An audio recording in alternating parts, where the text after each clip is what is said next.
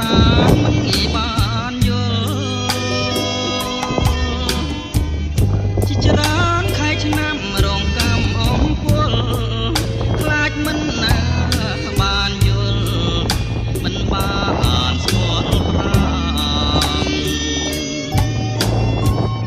រសៀលផ្កាអើយផ្កាអូនចោលក្លិនឲ្យបងសុបិនក្លិនកែវកលយានបងត្រេកអរក្រៃហួសនិស័យស្មានចង់ឈោង